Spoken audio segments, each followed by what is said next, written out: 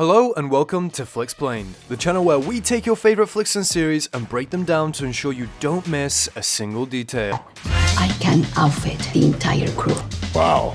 Currently number 1 in Netflix's most watched shows at the time of making this video, Kaleidoscope might go down as one of the best heist shows in the history of TV. It has everything from Giancarlo Esposito to one of the best soundtracks to grace a show in a long time. Now, for only having 8 episodes, Kaleidoscope had a lot for viewers to unpack. So to make things a little easier on you, in today's video, we're going to be talking about Netflix's Kaleidoscope and breaking the series down in chronological order. Kaleidoscope. Netflix's newest addition to its lineup of original series is perhaps the most interesting release concept they've come up with so far. Kaleidoscope was released as an 8-episode limited series centered around a revenge-fueled heist. But what separated it from other Netflix shows is the fact that the show was designed for the viewers to be able to watch the episodes in any order and it would still tell a complete and well-presented story. Each episode was given a different color as the title and took place during different times surrounding the central heist. For example, there was the green episode which took place 7 years before the heist, and then there was the blue episode which was set 5 days before the heist. It's a really interesting way for the creator of the show, Eric Garcia, to tell the story. And no matter the viewing order, all of the episodes somehow work together and still manage to flow from one right into the other. That being said, sometimes the easiest way to understand the story and make sure you didn't miss anything is to break it down chronologically. Violet. In this case, the first episode that you should check out is the Violet episode, which was set 24 years before the heist. The episode opens with a young-looking Giancarlo Esposito who is playing Leo Papp, a professional safecracker who at the time was working with his partner in crime, Roger Salas, who was played by Rufus Sewell. The two are running a con on a wealthy man during which Roger pretended to befriend their mark and distracted him with women downstairs while Leo broke into the man's safe and stole as much as they possibly could. Things didn't go as planned, and to prevent being caught, Leo hid in the safe, putting his life in Roger's hands. Roger managed to get Leo out of the safe just before he ran out of oxygen, but this close call opened Leo's eyes to the dangers of the job, and from that moment on, he decided to go straight. That is, until about 8 months later when his wife Lily was unjustly fired from her job when her boss saw their daughter running around and had a big hissy fit.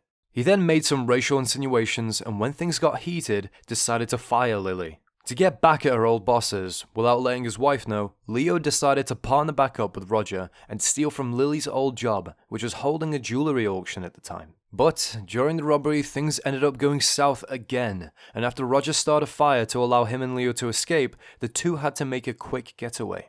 The only problem was that Leo spotted Lily's car in the parking lot and knew that she was inside the now burning building. He ran back in to save his wife, and though he managed to do so, it's ultimately what resulted in him getting arrested later that night at the hospital.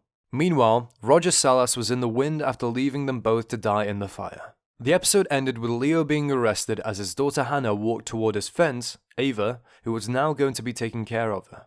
Green.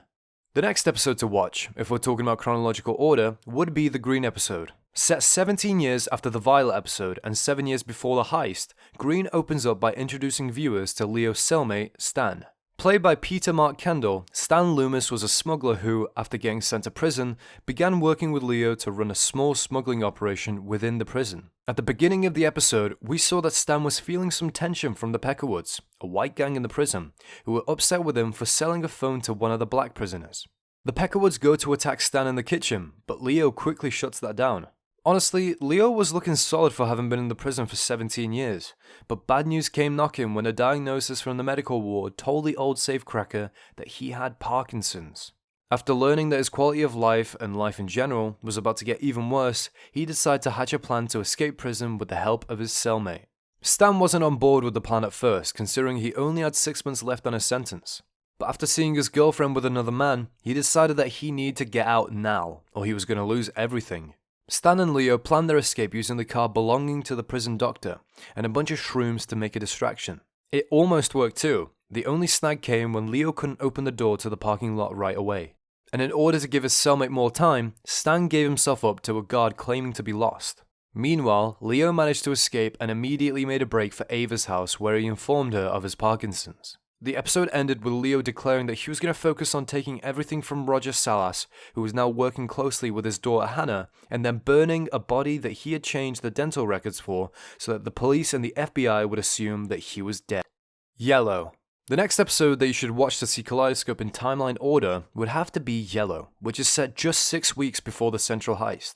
At this point, Leo knows he can't pull the heist off on his own, so he turned to one of the only people he felt he could trust, Stan.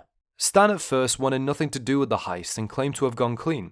However, the second that he heard that there was $7 million to be made, he quickly changed his mind. This is also where we learned that Leo planned on robbing the security and holding company that Roger Salas had set up while Leo was in prison. And in doing so, they would technically be stealing from a trio known as the Triplets. Stan and Leo knew they needed more than 2 people though, so Stan decided to bring in his ex-girlfriend Judy. Judy was played by Rosaline Elbay, and she was almost always seen standing beside her massive, thick-headed partner, Bob Goodwin, who was played by Jai Courtney.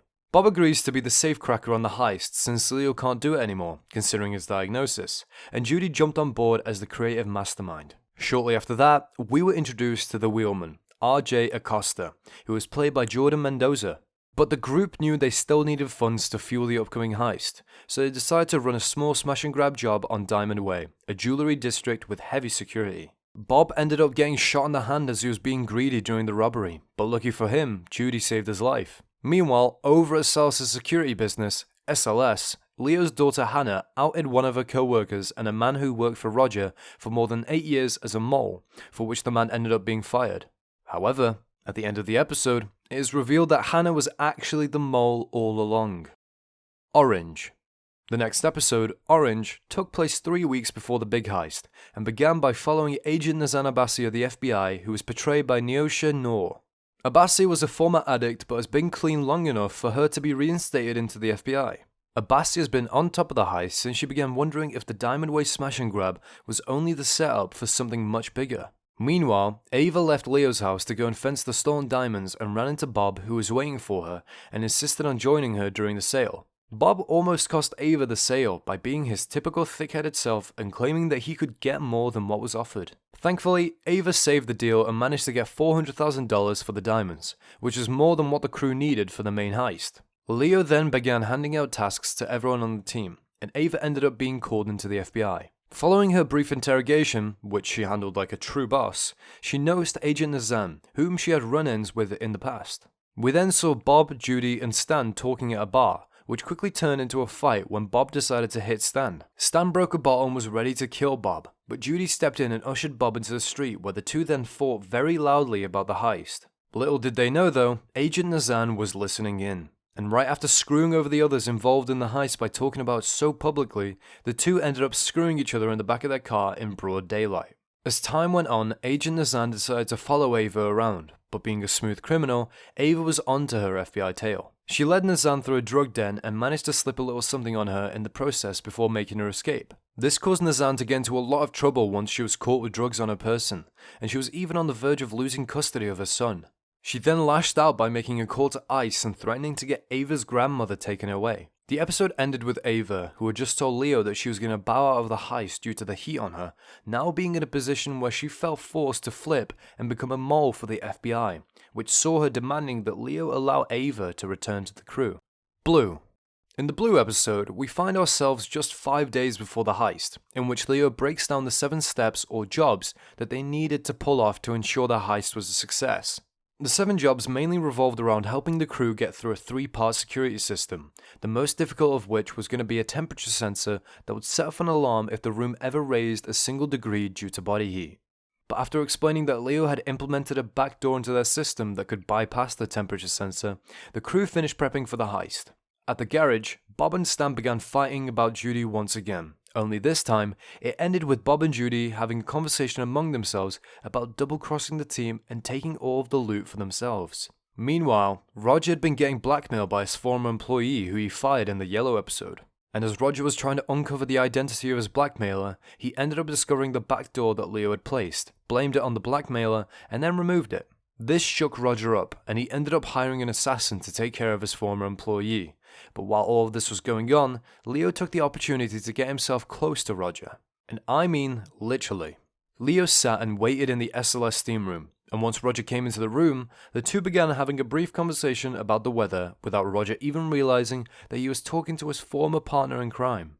And just as Leo was about to strangle Roger with a towel from behind, Roger brought up the hurricane, which gave Leo the perfect idea of how to avoid the temperature sensors.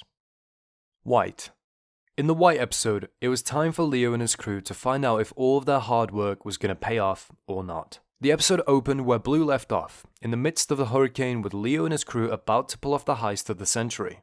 It all started with Stan and Bob driving the truck with their equipment through the gates as Leo and Ava began using gas to knock out the security guards that were still in the building during the heist. Meanwhile, Judy began leaving a light trail for herself as she made her way through the sewers where she would attempt to do her part and destroy the temperature sensors that were hooked up to the vault. Once inside, Leo was ready to bypass the next security measure by using a mask that Stan created when he pretended to give Roger an eye exam as a part of setting up the heist.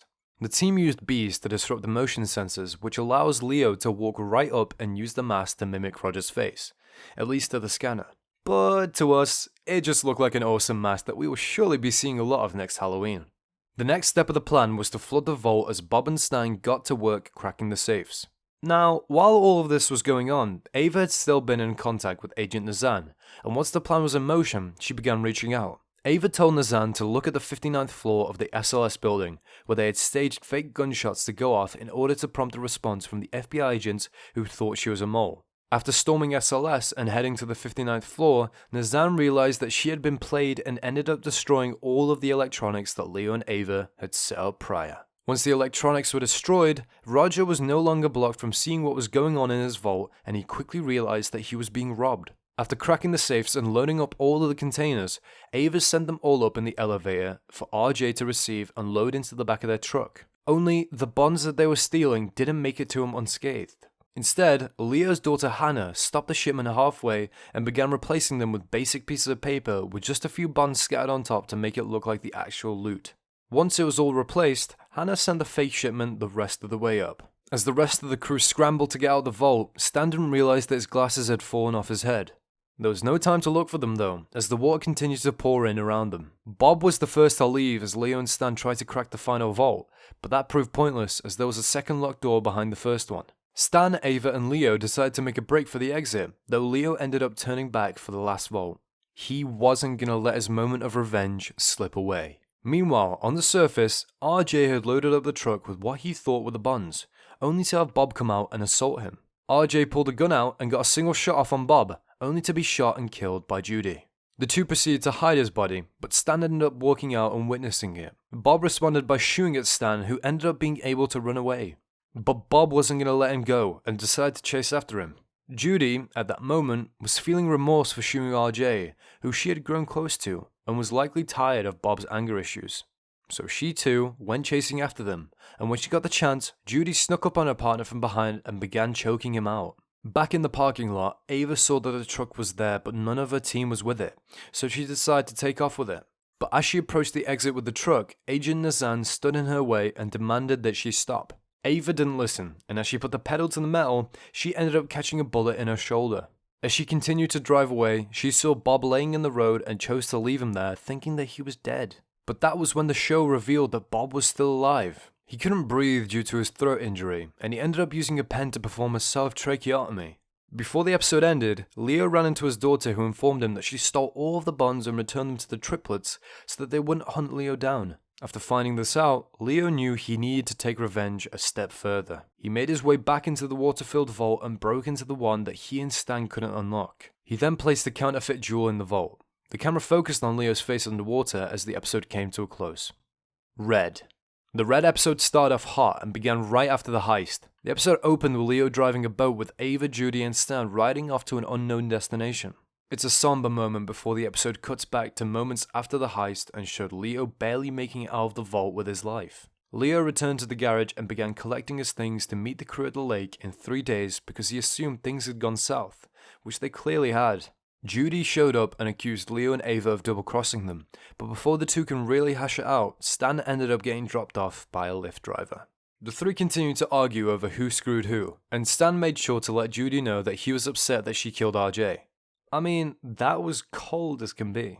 Meanwhile, Roger and Hannah showed up SLS and ran into Agent Nazan, who asked to see the inside of the vault. Roger declined and suggested that he would only show them the inside of the vault once they had a warrant demanding that he do so. All the while, he had his own people searching for any clues that would lead them to the crew that robbed him, which is when they stumbled across Stan's glasses. The FBI left, and Ava finally showed up at the garage with a gunshot wound and a truck full of fake loot.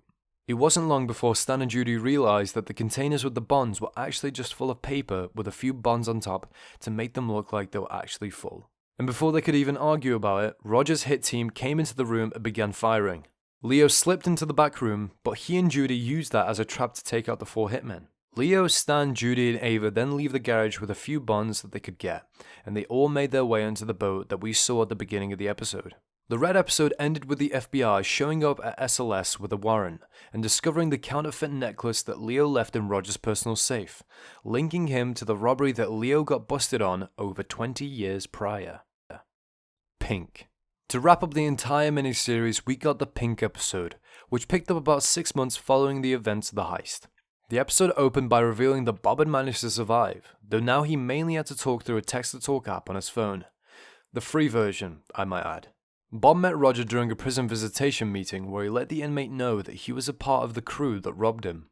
Bob then explained that he got cut out of the deal as well and wanted his revenge. Salas agreed to give Bob $20,000 if he agreed to make sure that he killed them.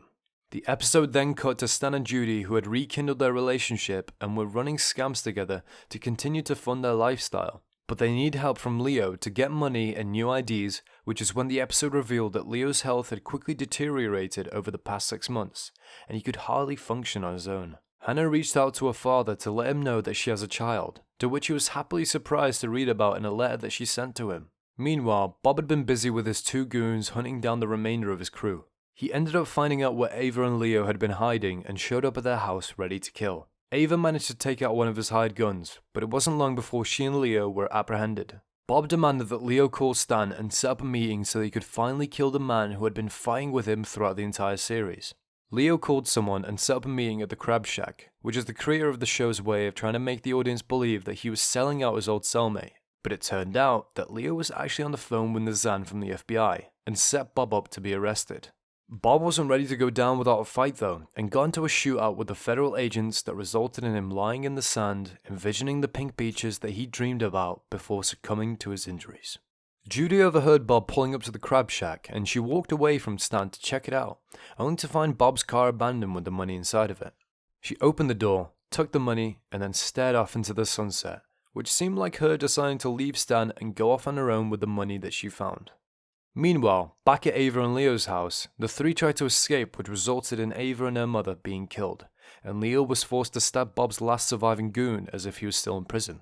We next saw Leo standing near the water as he was making a long-awaited video call to his daughter Hannah. The 2 had a nice chat, and Leo got to see his grandchild for the first time. The next person he reconnected with was Roger, as Leo visited him in prison to discuss everything that had gone down. Leo told Roger to leave his daughter alone before walking out. As the episode was coming to an end, we saw Agent Nazan, who had just closed down the case that she had spent the entire series pursuing. As she walked down the road, Nazan was greeted by someone who ended up shaking her hand, but as they walked off, it was revealed that they somehow poisoned her, and she suddenly collapsed in the middle of the road only to be presumed dead. The episode and series officially ended as Leo walked through a tunnel after leaving the prison. A man could be seen walking behind him closely. They pulled out a gun and the screen cut to black, which was then preceded by the sound of a single gunshot as Leo's adventurous life was brought to an end. What was your favourite episode of Netflix's Kaleidoscope? Be sure to let us know in the comments section below. And if you enjoyed today's video, make sure you check out our channel for more Flixplain magic.